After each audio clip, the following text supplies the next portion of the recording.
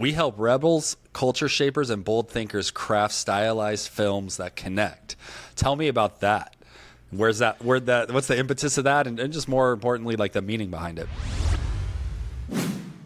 A long story short, I'll just say that's like the most up-to-date, evolved version of JECP. I run a video production business, is what most people would call it. I really don't even like that thinking. Like, storytelling doesn't even do it. It's more of connecting with people and helping them massage out their stories and figure out different ways to do that.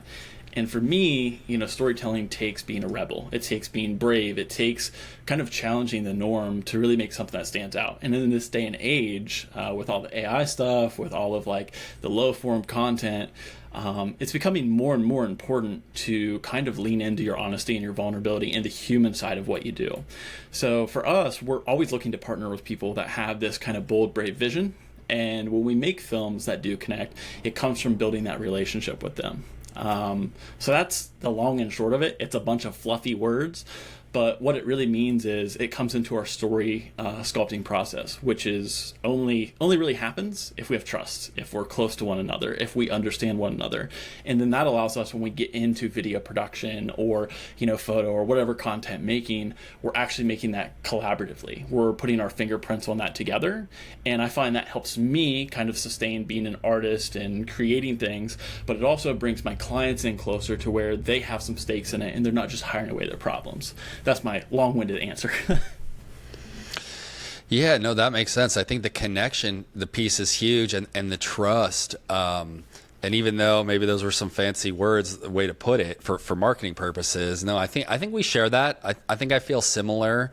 I mean, even speaking as like a rebel, I wish I had more of that in my content and my life now. I feel like I used to be so cool. Like, when I growing up listening to punk rock and wanting to do things in a rebellious way. And I'm still kind of yearning for that spirit. So it's interesting to kind of take, and from my research, it seems like you maybe have a little bit of that background. I think I read something about skateboarding and listening, being part of the music world. It's interesting how that kind of background, kind of taking bits and pieces of that, but then putting it now into your business. Yeah, I mean, just to peel on that a little bit, the rebel sounds like a negative word, and for me, it's about unapologetically being yourself, and I like to help my clients do that as well. So to me, it's pushing against the norms and the vanity metrics and the things that everyone kind of gravitates towards, and empowering them to believe in their story, to believe in themselves, and to try things that are experimental and realize that actually creates more traction, that creates more buy-in.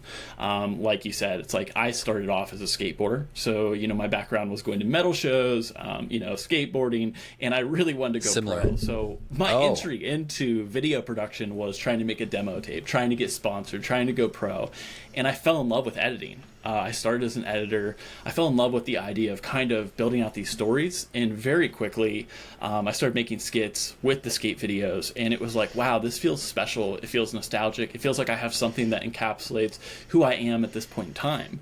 As I went along, making music videos, brand stories, commercials, narratives, documentaries, all those different things, the deliverable hasn't been as important to me as much as the memories and the relationship and kind of bringing everyone into becoming a filmmaker together. I could care less about making pretty videos. That's the bare minimum. It would be promoting myself as we make high quality video. Well, who would promote that you make low quality video? To me, that's the bare minimum of being a video production business. The deeper level is, how am I making you better? How am I transforming you? How am I making filmmaking or video or storytelling more approachable? And that rebellious nature is kind of me pushing back on a lot of what's expected in our industry, is to say yes to everything, to go really fast, to figure it out later. And what happens is people get burnt out in the process. On a whole other level of things is my team, a year or two ago, I guess it was late 2023, we kind of hit a wall. And it was at this point where I was we're making good work, it's good enough, but we're selling volume. We're not selling quality storytelling anymore. I got started in 2011, and for 7 years it was let's make really good work. And then it buttoned up the business, and it became more about efficiency, and we got into like selling volume and all of that. And I started to realize I really hate this business I made. It's a monster. It's ugly. And this last year has been reclaiming that inner artist, becoming that rebel, and kind of pushing against the grain and saying, like, listen, we might not work with as many clients. We might not get as big of paychecks, but we are going to work with people that give a shit about telling their story the right way. And if we find that, it becomes magnetic, and we attract more of what we want, and we find those things. So you can get into woo-woo side of things, but ultimately, being a rebel is just like serving that inner artist, being unapologetic, and finding things that really stoke the fire inside to be able to attract opportunities. Well said, man. So question though, because I agree with that, and I think I've tried to do that kind of in my business, although I feel like I kind of get a lot lately sucked into like this corporate world. And I've seen some of your work, the music videos and the quote unquote like fun stuff that you get to experiment and really like work as a team with the client and the whole people involved in the production. But I also saw that you do some corporate stuff. So kind of help me understand, like, for myself selfishly, but also like for listeners who may be trying to go into the more like enterprise stuff, because the budgets are big, to be honest. And so how do you bring that into that kind of world? How do you bring like your nature and your philosophy? Because it's you're dealing with kind of like a different subset of people. Often there's a lot of bureaucracy. Is it just kind of the same, or do you have any strategies to kind of weave yourself, your true self into that? So back in 2018, I kind of had this like epiphany. And when I work with corporate clients, I would kind of button up a little bit more. I would try to be more professional. And that didn't get us more work. And I also ran into just more corporate clients. Like, the budgets might be higher, but the timelines honestly tend to be longer. So you're making less money. So even if you get like $100,000 gig here versus a $10,000 gig, I'd rather take a $10,000 gig that we have, an $8,000 profit line than doing a $100,000 gig that we, have a $10,000 profit line that takes us, 5 times, 10 times as long to complete. And there's all this headache with it. So yes, the bigger paycheck is there. There's all of that. But what I started to really realize is like people hire people. It's like when I work with, a Nationwide or a Brewdog or a whatever, they might be a bigger brand, but I'm not getting hired by that brand. I don't even see that brand. I see it as the people that hire me. And it is on that relationship level. And I started to really apply that. And that's when things started to really take off for me. When I'm like, okay, I don't really care whether it's a big company, a big budget, a low budget. What I do care about is if we see eye to eye and we align on values. In my line of work, and I think in a lot of content creation, there's this huge push to niche down. And when people think about niching down, they think about industry. They think about film types or, content types. For me, it's niching in the personality type. It's thinking about, do we see eye to eye? Because if we don't, there's going to be friction and, we're going to maybe have negative conflict. And I'm a huge proponent of having conflict, but conflict in a way that's productive, that moves things forward, that we feel good about. In a very practical sense, is just like a lot of people will chase one thing. I had a whole subset brand, a few years ago that was focused on corporate and commercial filmmaking. And I thought, oh, this is going to be the payday. This is going to be big paychecks. And we did get higher ticket values, but we were spending way more time on those projects. We weren't being appreciated in those projects. And, quite frankly, I'm not saying this is everyone. There's never an always or a never situation. There's always the gray area in between. Sure. But more often than not, business owners tend to be cowards. I hate to say that in like the most frank way, but they're always thinking about the most generic ROI. And the truth about ROI, especially with video content, is like no video will solve all your problems. No one piece of content will solve all your problems. It's getting business owners or bands, or even like if you're producing a documentary, to understand it's a system of content and it's a bunch of small pieces that actually work together. And if you don't have a creative bone in your body, you're never going to be able to use that content to connect with your audience. And if you don't have a connection, if you don't build trust, it's going to be all for nothing. So you can sell on discounts all day long, but the thing that people really buy into tends to be story. It tends to be connection. There needs to be an emotional buy-in, and that starts to allow people to think more logically. So I apologize for my long-winded answers. I can never just give a, here it is. All good. No, it's all good. I mean, kind of what stuck out to me is, working with people, whether they're whatever, small or huge or in between, that share similar values and are like-minded. It's funny you mention that, because like when I get on like a call with someone interested in launching a podcast. And I'm not trying to be like judgmental, but after like the first 5 minutes, I can kind of already tell if we're going to like vibe together. And it's not to say that I won't necessarily take them on if we don't, but I will say everything goes much smoother, and it's much more enjoyable for myself and for like the client when we do kind of share those values.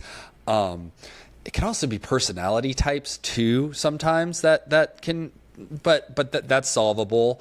But it's interesting, you know, because I've actually dropped people in the past that kind of didn't see eye to eye to me, and also that kind of also is my fault. I got to do a better job of like kind of setting the expectations up front. That's something that I've really had to work on, and that can help a lot. You can kind of get an idea of how things are going to go if you do that. And that's advice for like any freelancer or agency or whatever, you know, but when you're in that world, super important. I think two things you said there that I'd like to drill in a little bit more on is education and expectations. They go hand in hand. Most any problem, you can take the industry, you can take all of that out of there, and you can talk about personality, and people can be like, yeah, that's nice and fluffy, Josh, great, good for you. But the reality is most problems are education problems. You know, as I was building my business before I went full time on it, you know, I had a day job, and I worked in sales, I worked in customer service. And most of selling when I was in those sort of things was just education problems. And it's just teaching someone, you know, how something works and letting them make a choice. So when you're making those educational sort of approaches, when you're working with people, you got to treat them with empathy and understanding and not expect them to understand everything.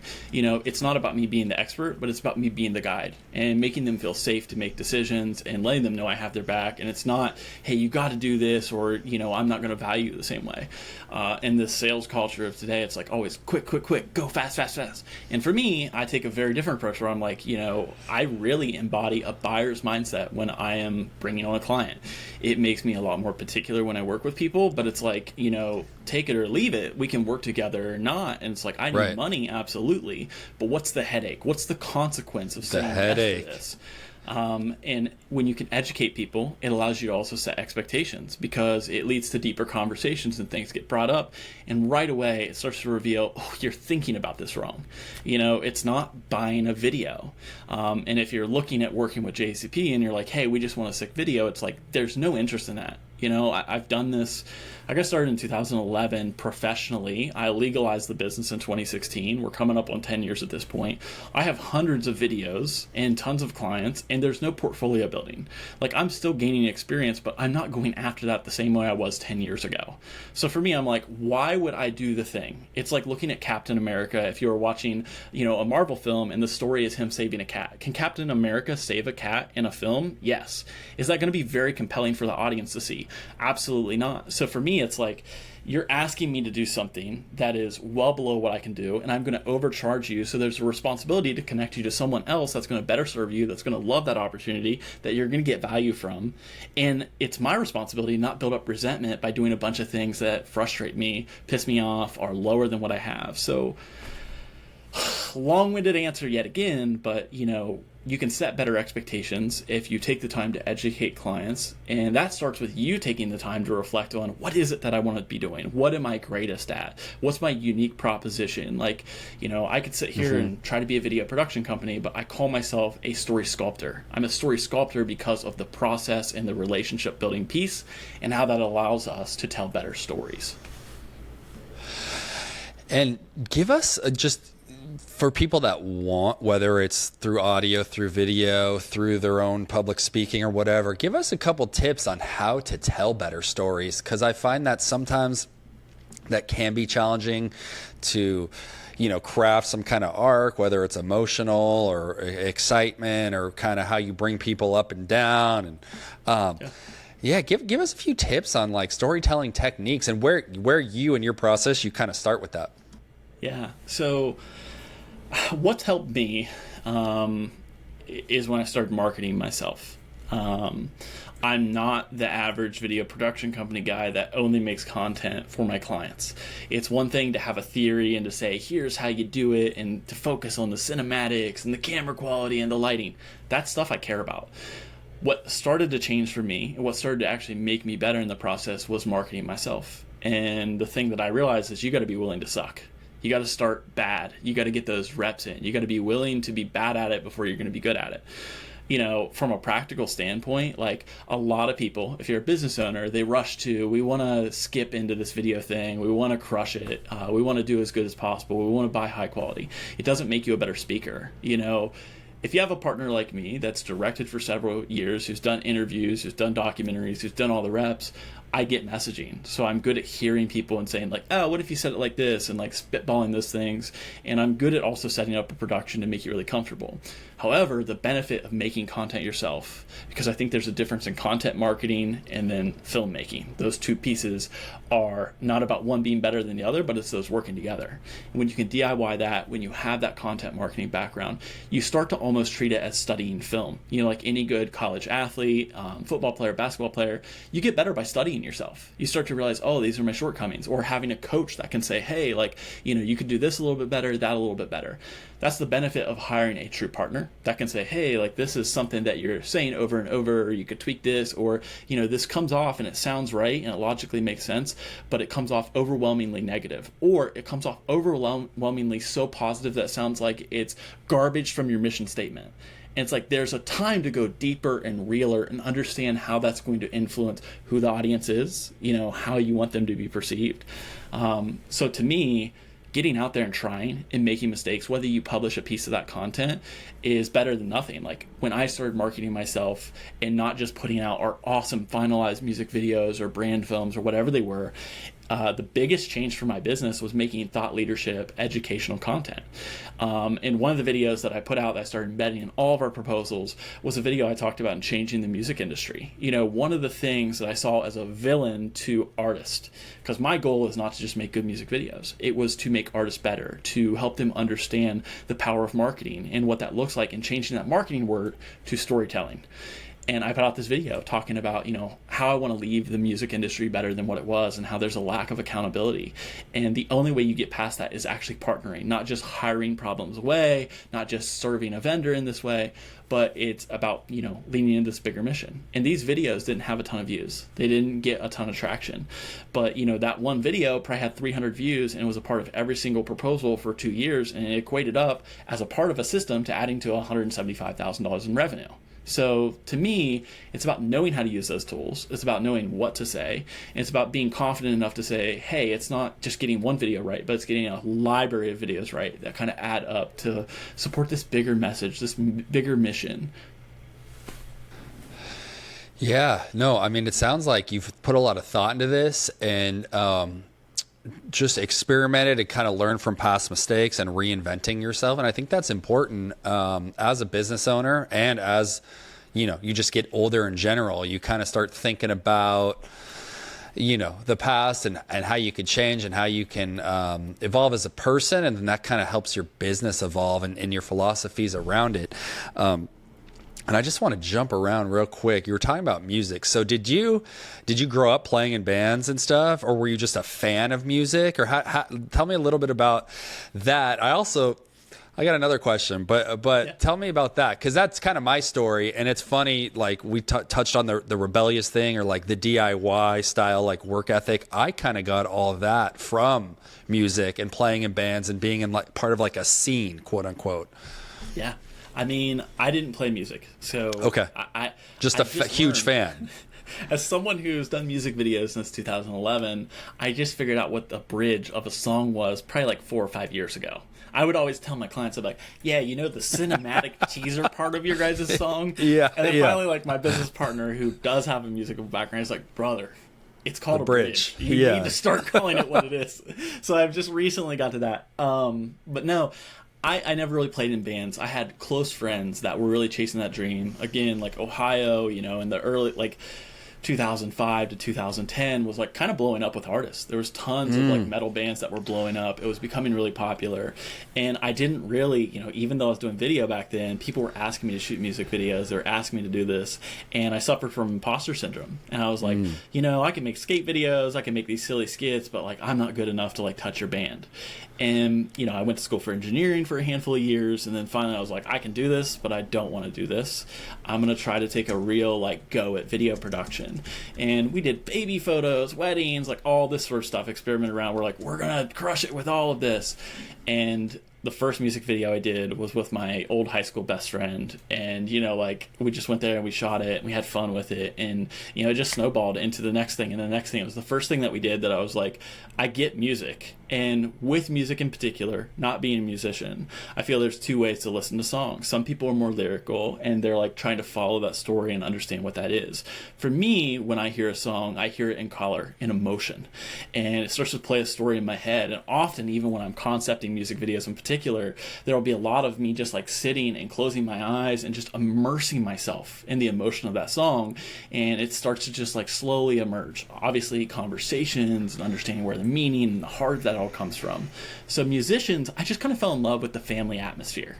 You know, as someone who got along with everyone, you know, I was friends with the jocks, I was friends with the skaters, like, you know, the environment that I grew up in, like, I was very introverted, I was very quiet, I was very nervous, like, and I luckily had friends that would introduce me, and I was just very kind to everyone. So I got into all these little sub networks all the time. So being a skater, and like, you know, even back in the day when skating and BMX, you know, were like separate all the time, like I was always bridging those gaps together, and I was bringing people together. And that's always kind of been a skill of mine, even to this day, is like I have all these different little friend networks, and I love to bring them together and to connect them. And I feel like the music, you know, side of things and being a part of that scene and seeing all of my friends chase that, like, it can be competitive, but like there's so many beautiful things of seeing that heart, seeing that drive, and you know, it's relating with the fact of like most musicians have horrible imposter syndrome, because at the end of the day, whether you're a video creator, a photographer, a musician, a business owner, we all have insecurity. We all doubt ourselves all the time.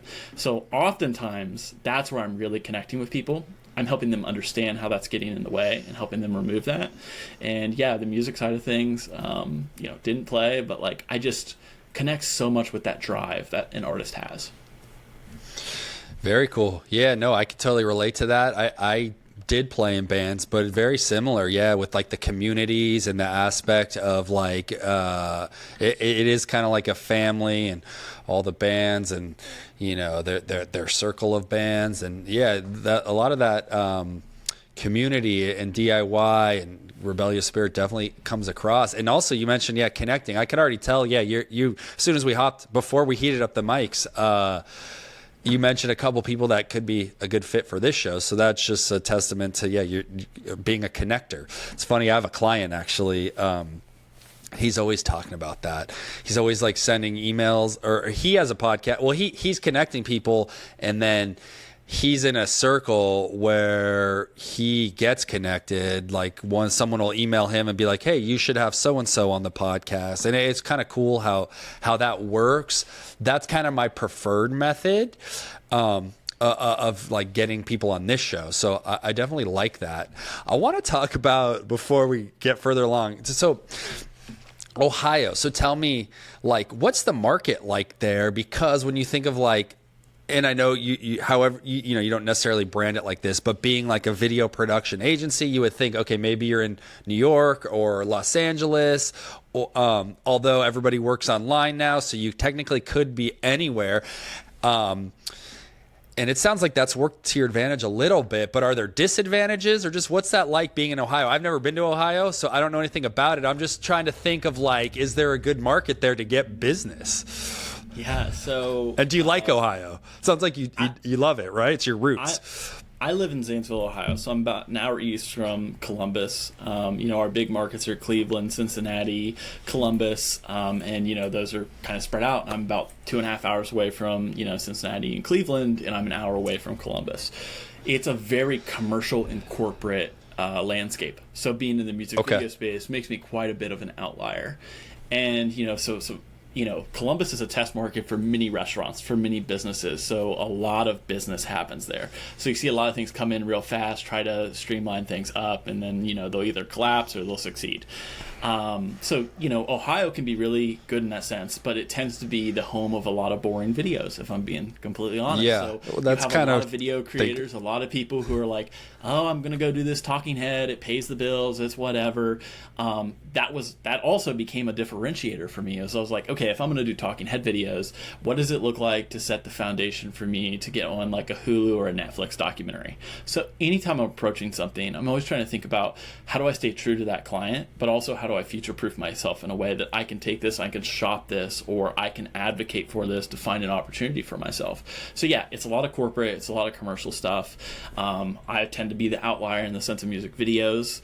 The brands now are kind of shifting towards, more documentary based things. You're seeing, documentaries come out where brands are putting out whole things to either defend their negative stances on things, or some scandal has come out, or they want to just kind of make a brand piece talking about these things. So you're seeing more and more, the documentary space open up for like brand marketing opportunities too. But yeah, it's very corporate.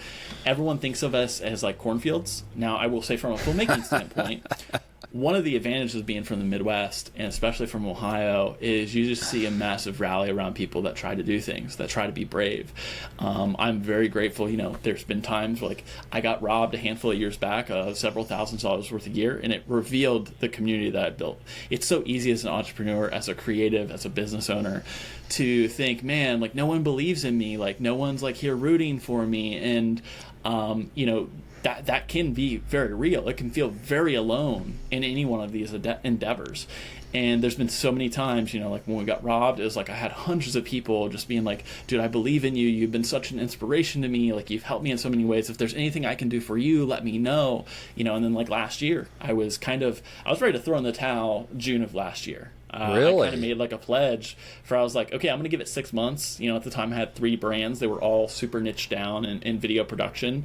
Ultimately, I cannibalized all of them and I condensed them into JECP, which is my longest standing thing. Instead of JECP being focused on bands, it became more focused on the type of productions that we produce and the community and culture that we built.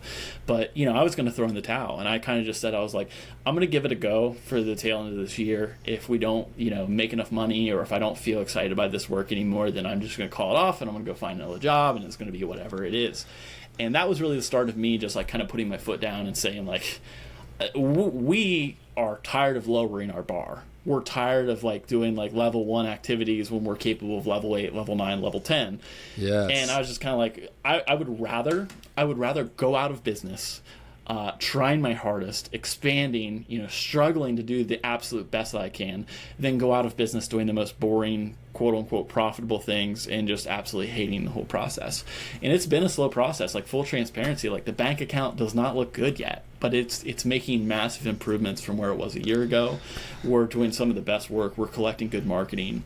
This new era we're in is the most exciting it's been in. So, we have awesome partners, like we have Robot Arms, we have big studios, like the Ohio HD, I've worked with them, OHD Studios, and Gehenna. I've worked with them since 2015. They're our rental house. They have production support. They have studios. They have every tool you could ever imagine that you could get in an LA, in a New York, and in Atlanta, but you can do it for about 1/10 of the price. So One of the advantages of Ohio is we brought so many people into Ohio to work with, and we've saved them so much money while still keeping the integrity and the quality of the story up there. There's also a work ethic level where, we don't have as many art directors, creative directors, like big time things, and we lack locations big time. But the thing that we do have a lot of is we have some really like versatile filmmakers. I'm going to chill for a second because I've unloaded a lot on you. No, and it's funny talking about, to kind of stop lowering the bar. I feel like that's something I struggle with, and you're getting me hyped up. You're like, I'd rather fail, but know that I really was trying to push the bar and quoting people like what I'm worth and doing the type of projects I want to do rather than just slowly burn out doing like the boring shit or like just stuff that doesn't feel good to you as a person. So that's something that I work in and talk about feeling like quitting. Man, I feel like that all the time.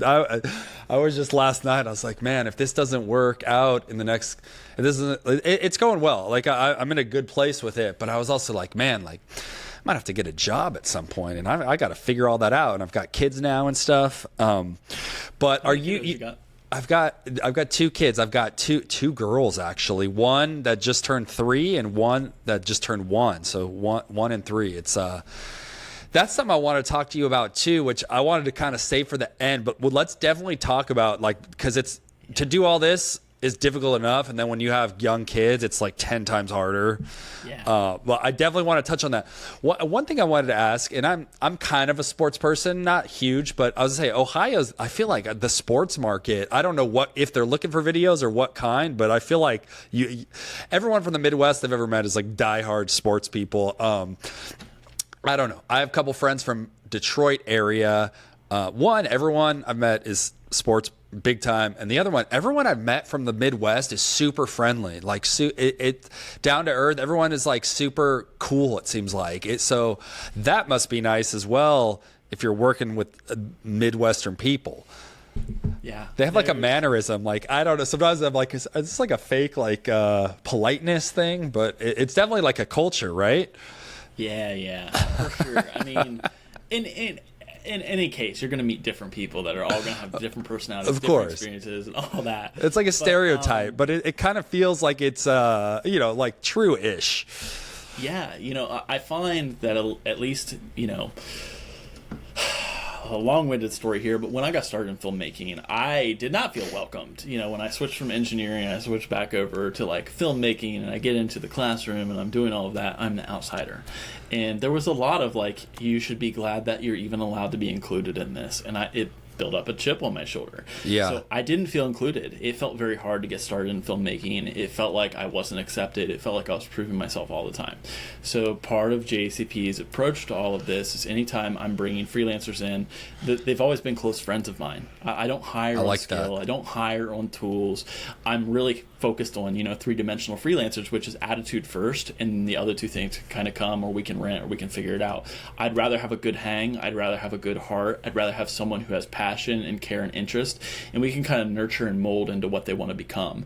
And one thing that is very troublesome about Ohio and it being so corporate and commercial and previous to COVID was there'd be a lot of 20, 30, 40 person sets. And a lot of that is super specialized. You're the second AC, you're the grip, you're the gaff, and you don't touch other departments. We've always been less focused on that, more on the storytelling, more on the marketing, more on the helping, and it's like we wear multiple hats. For years, we were told, you guys aren't real filmmakers, you aren't a real production company, you're kind of nobodies. And I was like, oh, okay, so like we're not welcome to the party because we're nobodies. COVID hits, production crews got to scrape down, and suddenly we're overwhelmed with so much work because we have so much going on, because we built this totally different model to video production than what a lot of our competitors had at the time. Now, everyone's caught up at this point. Everyone's more multidisciplined than what they were, but that's been a huge piece of us being so focused on personality and heart and really building that relationship. It's allowed us to really do 1 + 1 = 6 instead of 1 + 1 = 2, because our people were more capable, they're more multidisciplined, and they're really focused on goals and outcomes.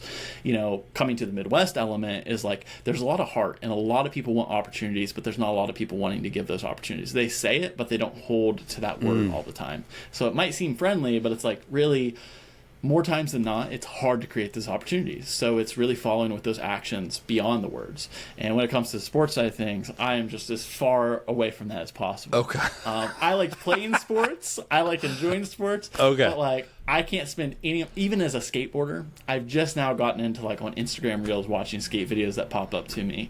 But I rarely even watch skate videos or BMX videos. I was more of a like, let me go with my buddies and let me figure it out. Like even growing up, my parents didn't let me really watch TV or shows or anything. I didn't have access to the internet until I was 19 years old. I didn't really get access to it until I was 21. Wow. So I wasn't watching movies. Really? I wasn't watching shows. I wasn't super immersed in this. Like I was doing and making a lot of mistakes that I didn't even have names for or really how to comprehend that. Wow, you didn't have access to the internet till you were 19-ish. That is crazy. That's probably good in a way, to be honest. I think I just turned 40 in April. I think we had like dial up in middle school, I believe. I'm just trying to think of, that has probably made you who you are in more ways than one, whether good or bad. It's a little strange, I would say, but yeah, it's probably definitely helped your creativity and stuff and being able to think outside of the box. Cause now we're so like, we see obviously the internet's evolved a lot since then, but we see so much content every day, and this opinion and that opinion, and how to do fitness this way or how to do it that way, or how to create videos this. It's like, dude, you don't even know if like your own thoughts are like your real opinions, or you're just like influenced by so much. It's like, yeah, no one even knows how to like think for themselves anymore. I mean, you know what I mean? Coming back to a sports analogy, and yeah, this has been my unfair advantage a lot of times, is like I've made a lot of mistakes. I didn't know, when I was getting started shooting, I didn't know what a DP was, like a camera person. I didn't know about positions or anything. So when I get on these freelance sets, when it wasn't my things, I just was kind of an idiot when it came to the technical side. I just understood how to make something. I didn't have the names for it or anything like that. The thing is, when I didn't have a lot of work, I would just go experiment around. I would just go make things all the time. And to me, with anything that you're doing, it's an amount of understanding that it's skills acquisition. A lot of people get hung up on this word confidence. And it's like, I either have it or I don't. Before I started doing talking head content, I'm a bit redneck. I come from Zanesville, Ohio, and there can be some twang in my voice growing up. And I really struggled at English and pronouncing words, and I still do to this day. It's a huge insecurity of mine. But I have 6 years of speaking, on podcasts or on video content, and it's like, I didn't start out this. And I think the same thing with any kind of content creation, whether you're starting a podcast, whether you're trying to film videos of yourself, whether you're trying to, just get better at networking, you got to be willing to suck. As a filmmaker, it's like, before I had the portfolio to get the things, I just would make things up. I would just shoot things. To this day, I still shoot things for free. I still make things up. I still make passion projects because it's bets for the future me. It's like years ago, I think it was 2018, we did a music video for one of our buddies for 350 buckaroos. And fast forward a year later, that video is the one that's getting referenced, and it lined up for like $28,000 worth of work off of 3 different clients. So it's being able to say, I believe in myself, I'm a safe bet, and even though I'm not where I want to be, or my taste isn't there, or my skill isn't there, the more you practice, you're getting that experience. You're maybe reading books or finding podcasts or watching YouTube videos to get, the education, the knowledge side of things. And as long as you have the attitude of like, hey, like, I'm going to become better at this thing. I'm not there yet, but if I keep practicing and keep showing up, you get better enough to where you can play. So it's like, part of why I'm at where I'm at is like, I wasn't just waiting on the big game to swing and hit a home run. I was out there practicing before the big game, so that way when the game comes up, I'm ready to hit that home run. It's not like I'm nervous anymore. I've done 10,000, 20,000, 40,000 hours worth of work in that space. Yeah, you got to put that's to anyone listening, you got to put in the reps, and it takes time, and everyone wants to get ahead, but like really just buckling down and doing the work and putting in the reps and learning from the ground up. I agree. I think that's one of the best ways. And it's more of a grind, especially if you have like just a philosophy or values of like doing good work, learning, not trying to cut corners. And if you're good enough at what you do and you put enough time, you will reach some level of success. I don't know if you're going to be a multimillionaire, but you'll definitely have some level of success.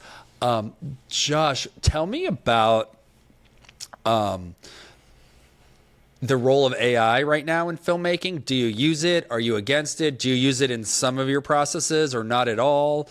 And I know, of course, as we move into the future, the human aspect of things is going to be a differentiator, but just in terms of maybe tools or processes to help little things here and there, or maybe a lot of things here and there, kind of just tell me about your thoughts on that. Like anything. No wrong answer. There's no wrong answer. People get weird. I feel like with AI, like if they're like they're going to get judged if like they use it or they don't. Yeah. It's a weird thing right now. I'm not pro or anti. I'm kind of like right in the middle. It's a tool that I'm seeing being abused. It's a tool that I'm seeing like being used really well too. I won't go as far as to say that it's super creative, but I will say that when you can really think about it creatively, there's a lot that it can do. There's a lot of benefit to it, but there's also a lot of consequences. Like just this last week, I saw the whole thing that YouTube is going to be punishing people for doing low-hanging, low-value content, these like collage-style videos. Yep. And, like the all AI-based videos. So it's hilarious to me seeing all these AI bros that have been saying, if I was a creator, I'd make a YouTube channel and it would be all AI and this is what it is. And they've been selling courses. So there's a lot of people who have been buying into that, doing all that. I'm like, wow, I would feel like a fool right now buying into that. However, that doesn't mean I have anything negative to say about it. From a use case, I've definitely played around with ChatGPT the most. Like, that's the thing that I probably experiment around with the most. And I've seen it be really, really awful. I've seen it be really, really good. Where I feel like it's been kind of most helpful lately is like we did a music video and, we built out this whole lore Bible and did all of this. And we had these 2 characters. And I was like, man, it would be kind of cool if we made up a language for that. And I was like, instead of having English or Spanish or anything like that, I was like, what if we made kind of like this American sounding, like language, but it has an ancient and alien sort of tone to it. So I used it to kind of write a script and take this, and we took it as an experiment, and we brought that to our actors, and we had them perform that script, and we have a whole dialogue for that to bring these characters in to kind of do that. That was one fun, creative way that cool. I'm like, okay, like that would have been a lot of work. Additionally, like we've created lore and different things like that where it's like, like we created this one project where there's like almost, if you've ever seen the show Lost, there's the Dharma Initiative. We've heavily borrowed from that as like in Lost, there's this old, like years ago, decades ago, company that was doing all this stuff there. Basically borrowing off of that, I was like, what if we made our own Dharma Initiative for this band's universe? And it's like, well, so we need decades of photos, and like they're in the AI space making robots, advancing humanity. So I had it generate these Polaroid style flash photos of different eras, from the 70s, from the 80s, from the 90s, and I physically printed those off, and they were physical props that we put up on the wall that, are just for little B-roll shots to get there, just to populate it a little bit more and to use that. From a content standpoint, what's kind of funny is Opus AI. I'm sure you've heard of that. It's like the clip maker, the clips, like video. Riverside's basically replaced what Opus does. The one thing I used Opus a few years for was I was like, okay, could this save up some time for like my talking head content? And I experimented with it, and it gives you the whole grade, like the A+, A-, C's, D's, whatevers. And what's funny is all of the A+ and all of the B stuff is extremely formulaic to the big, people in the space, like the Alex Hormozzi's, the Gary V's, and it follows that formula. And logically it says, yes, let's do that. That makes sense. But what I've been seeing for the last 3 years, and I think there's a bubble that is currently popping and going to continue popping, is that lazy effort of not understanding how to craft a message and actually make it compelling. We're seeing people gravitate away from that. So all of the things that were those A's and B's were performing far worse than the things that were C's and D's. The C's and D's were more raw, they were more like unfiltered. And, part of speaking and getting better and going through and editing content is it starts to make you better. Now, I'm not saying it's good or bad. I'm just saying it's an interesting thing to observe. And what I was observing was like, I would never use these clips that are over edited, that are over gimmicky, because it doesn't feel in alignment with who I am and my voice. Now, your voice could be totally different. So, again, I think it's a tool. You can use it a lot of different ways, like from a blogging standpoint, like I've had it like go through and edit my stuff in the sense of like, hey, does this sound consistently like my voice? Should I rearrange some different things? Because like I'm really particular about the way I write, as someone who struggled with English, who's worked very hard to kind of gain that writing skill, that's put in hours of that. I feel I'm a very good storyteller and emotional writer, and I relate with people, and my writing might not be, listicle style or super digestible or high SEO ranking, but all of my blogs kind of work as tools to help nurture relationships. So it's like, what are we really giving away? Like, to me, the best way I can sum it up, AI is great at speed, and it's terrible at depth and understanding. So if you need speed, there are things that you want to speed up. But if you need heart or personality, that's only going to come from you actually using those muscles in your brain. There are things that like, this doesn't make any sense to do this. Like, why would you waste with this? Like, when I have a blog and I'm like, hey, I want SEO tags for this. Go through and do that for me. Yeah. Like, that would be great, Like, I'm similar. I use it to organize thoughts or create lists of things or outline. I'll have it eventually when this goes live give me like the best talking points, and I'll kind of base those, what it gives me, off what I thought was a really, like the highlights of the episode. Coming up with titles. Sometimes I'll brainstorm titles for videos and stuff, and ask it for like, are people searching for this? Is this SEO for these keywords? Is this going to work? That type of thing. I'd say still, when it comes to the actual podcast production, still probably do like 85% old school with, in Pro Tools. Occasionally, if I get some really bad stuff, I'll throw it in Adobe's voice enhancement, and that can work with mixed results. Like if I really get the set, if you overdo it, it sounds like shit. So my theory with those like voice enhancement stuff or cleaning up background noise is they can work, but you got to not be too heavy-handed with it. But again, it's a tool. Good, though. It is good. It's pretty good. It is good. I guess I should even say is like I didn't go to school for video when I switched over in college. Sure. The video program wasn't that great. I went for audio engineering, so like my background is actually in audio engineering, mixing, mastering, that sort of stuff. Yeah. So I have a whole background on that side of things. Adobe Podcast and all of like I'm an Adobe guy through and through, like just the features, and DaVinci Resolve has this too, but like all these audio cleanup things like, oh, that's taking away jobs. Yeah, it is. It's taking away a job that no one wants. Right. I mean, if you want that one, I'm like, okay. Yeah, it's a grind. But I mean, for the most part, it's like, this is not the thing that people want to be spending time on. Right. Everyone kind of gets hung up on the job side of things. And there are things that it absolutely makes sense for, and there are other things that it doesn't make sense for. Is it important to understand the foundations of these things? Absolutely. Of course, But is it important to suffer through it time after time after time after time, or is it nice to have a tool that speeds up these particular things? I think we'll start to discover the things that we should automate and the things that we shouldn't automate. Yeah, that's all coming more and more to light. Yeah, and as time goes on, that is just going to keep developing more and more and figuring out ways to speed up workflows and just and automate stuff. But you, like you said, you also kind of need that, depending on what you're doing, you need that personal thought, and that's going to be important too when we all have avatars and like. I'll share, I guess this is a recent one that I used ChatGPT for this, and this is one of those boring projects. We've been talking about the lofty stuff. Like, ooh, dude, Josh, you just do all these cool things. I take on boring projects too, still to this day. You got to pay the bills. So I'm taking on this project. It's a fast turnaround. I have one of my editors that's working on it, and typically I am always touching something in production from an editing standpoint, but they want the lowest hanging fruit of content. I have a friend who wants more experience in that, who's a great editor. I can get him a paycheck. So we took this, and I was like, okay, we shot all this talking head content, all this B-roll content, and I was like, we got, like 50 minutes and really probably 10 minutes of usable footage. I took it into Adobe. I exported the transcript. I took that into ChatGPT. I literally recorded into my microphone and talked to my ChatGPT, and I explained what I wanted to do. I said, I want you to clean up this transcript. All the directors that are listed in here, just summarize their question. But any of the speakers, keep that time code in there, message off of it. Here's the brand guideline of what we're trying to do with this video projects, and let's highlight things and strike through things that can be cut out in the edit. And my editor's getting started today, and he said, he messaged me today, he's like, you've at least saved me 2 days in this. I've pre-mixed the audio, I've pre-colored all of the footage, and I've given him these quick notes and transcripts so that way he can get in there and find the time code and cut that all up super quick. Now, that's not a job anyone wants to do. That would have taken days, that would have taken several phone calls, that would have wasted his time and my time, and it's one of those things, so I'm like, who wants to be doing that? Right. So instead I'm able to spend 3 hours and save 2 days worth of time for him and myself, make a good experience for him, make a good experience for the client, and put money in my bank account. Yeah, exactly. You save money and time, so it's a win-win.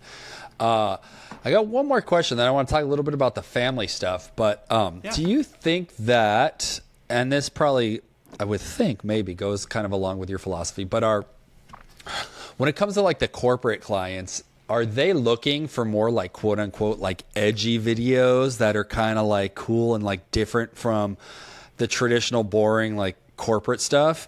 And what comes to mind is a video I watched last night, and it wasn't corporate, but I thought it was like very different and cool. It was for some nutrition thing, and all these people like hopped through the drive-through window of like a Wendy's, and then it was this app, and they scanned the worker. It's all staged. Shit, I think it's staged.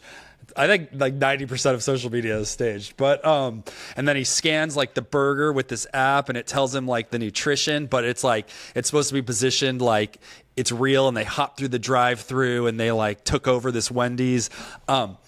That's just, I guess, kind of an example of a quote unquote, for lack of a better word, like edgy videos. Are you seeing, are companies wanting more like another cool and fun stuff, or are they still afraid to take risks with what they're doing, and they're kind of just want the textbook video? Like, what are you seeing? Because I feel like that, especially now with all the TikToks and all that, like you kind of need like a cooler or just a differentiator rather than just a boring video, like, Yeah. So for me, it always comes back to mindset with this, and I'll get to a practical answer with this, but there's a book by Mike Michalowicz, and it has nothing to do with video, but I've very much taken his framework, and I've said that actually makes sense for video marketing as well. It's called Fix This Next, and he has this thing called the business hierarchy of needs, and it has like sales, profit, order, impact, and legacy as the different hierarchies. He takes Maslow's hierarchy of needs, and he says businesses have the same thing. I see video as the same thing, and on the bottom 3 levels, the sales, profit, and order side, those are get. So you need to get to be able to build your business, to be healthy, and all of that. Impact and legacy is a give. It's a gift. So with video, it's really understanding the type of video that you're doing, the problems that you actually have right now. And this is why getting to know someone makes so much sense. From the bigger corporate brands, most of the time, the bigger the brand, the smaller the video they want to see. They'll spend more money on it to make themselves seem more human and more small. Whereas every small business is always trying to make themselves look bigger. And it's this horrible mindset thing that gets them in this rat race where they're never going to succeed. The reality is, if you're a small business or a small brand, you have an unfair advantage. You can go more one-to-one, you can be more personal, you don't have so many volume of things, so you can go deeper with those things. Getting back to his model, it's like when we're in impact and legacy, these are, for what we do is typically brand films. We don't do a lot of commercials. Typically, we're doing client testimonials. We might do retention or, recruitment style videos, which are similar but very different. Brand stories. So it might be a story of how they impacted, or the community, or a certain customer. It might be, and a customer testimonial kind of falls on the line depending on how artsy you want to go. It might be about their mission or their cultures. It might be an end of year sort of video. And it's not about finding the one video that does all that. Where I see everyone get things wrong is they're trying to cram too many messages into one thing. Rather, if you have 6 messages, it's better to do 6 videos rather than doing one video with 6 messages. It'll be horribly ineffective. So when it comes down to those things, it's getting clear on okay, what are the problems we have? If we need to generate more sales, it makes a lot of sense to say we should do a commercial and we should turn that into an ad. But then my next thing is where does the ad go? Does that point them to a landing page? If it points them to a landing page, do you have a thank you video? Do you have a welcome video? If they sign up for that lead, do they have several automated emails that kind of either are written or have video in there? And this is what I mean by a content system or a content library. Podcast, so popular. Even, one of the standpoints is you could look at a brand film that's 3 minutes long, or you could look at 30 videos that are 1 minute long. Now you have 3 minutes of runtime versus 30 minutes of runtime, which is more valuable. You could have 30 super small, super simple, super raw videos that gives you 30 minutes of talk time with someone that actually moves the needle closer to a relationship. That's how a content library can impact. And why video podcasts are so amazing, and what you're doing in this space is so amazing, is you have several hours, several minutes. I mean, if someone's listening to this episode, I don't know how long we've been talking, but at least 30 minutes. You've got 30 minutes of my time. You've built 30 minutes of relationship with me. You probably feel like you can trust me a little bit more, even if you didn't trust me at the beginning of this. And that's why it's not over-indexing on one video type. It's realizing that there's a lot of different ways to tell your story. There's a lot of different angles to tell your story. I put a lot of time and energy into the copy on my website. And with that, those words are so surface level. But I spend a lot of time bringing that language into my social media content or into a podcast like this. I'm consistently bringing my story out in that. So from a corporate standpoint, it's yeah, it can be super intimidating to get into that video for people to want to do that thing. And a lot of times they're asking the wrong questions until they really understand the power of their story and they're willing to drop the fluff. Because they always want to say the really fluffy stuff. They want to say the boring stuff. And I have to be pretty brutally honest that I'm no one cares about that. Yeah. You need to say the thing that's going to catch them off guard. An easy framework is what breaks your heart? There's emotion in that. So it's if you have this awesome business that serves this thing and you feel like you do badass work, and it's you probably have competitors. And you probably look at those competitors when they don't serve them the way that you see serving them. You have a version of what's right and wrong. It's not to say you're right and that's wrong. It's just how you see it as right in the way that your business conducts. So embracing and saying, it breaks my heart when I see this happen. We found our business on this thing, and that thing is important to us. And we get it that not everyone's for that, but that's what we're about. So it's understanding simple messaging structures, but it's also getting more clear on what that message can do, the meaning behind it, and feeling responsible enough to want to share that message. Yeah, well said. And creating, depending on with any project, what the goals are of the client and the different types of ways that you can achieve that. And I like that, not having one specific style, but different types of videos to achieve different types of goals. Well said with that. Well, Josh, tell me about what it's like doing all this with kids. Tell me about your kids. How old are they? And man, because I definitely had to slow down a little bit. I still try to, hustle as much as I can, but having the kids has kind of forced me to take a breath sometimes and be like, okay, like maybe it is time to hang out and play instead of like, being glued to my laptop trying to get ahead. Yeah, everyone gets hung up. Okay, not everyone, but a lot of people talk about work-life balance. And, I really look at it as seasons of rest and seasons of sprint. There are going to be times where you got to put in those 40, 80, 100-hour weeks. I'm no stranger to that. But there are also seasons where I'm only putting in 20 hours, and I'm getting to spend a lot of time with my family. I've been with my wife since high school. We're high school sweethearts. We've been together 18 years this year. We've been married since 2013, so like 13 years or something like that, or 14. I don't know. I'm terrible at that. Congrats. Yeah, but it's a lot. We have 2 kids. We have 2 boys. My youngest just turned 4. My oldest is 8. And when I had my first, that was a big shakeup. Because up until that point, I really felt that me and my wife had a very strong relationship. We were very close, and I thought that I was putting my family first. I thought it was a priority. And I started to realize it's like, 1, that's a huge shakeup. But 2, the way that I'm working has to change. I was just putting in so many hours. I was really priding myself on the amount of hours I would put in. And, after we had, my first son, it was like, this is a big wake-up call. And my wife was pretty straightforward with me. She's like, literally said to me one day, it's like, when did you become so boring? Because all I talked about was my work, was my clients. I was complaining a lot. I was so underslept. I was so frustrated. I was just short-tempered. I was stressed. It was all the things. So it was a massive wake-up call for me.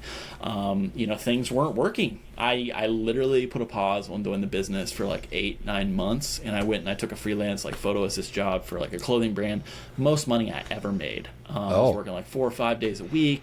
I was like, oh man, finally, there's money in this career. It was 3 months in, I kind of got myself out of this hole financially, and I was like, I actually hate this. It felt like I was using 5% of my potential. And I just saw the writing on the wall, too. I was like, the way that this is being done, they're just, pouring, just gasoline on their business.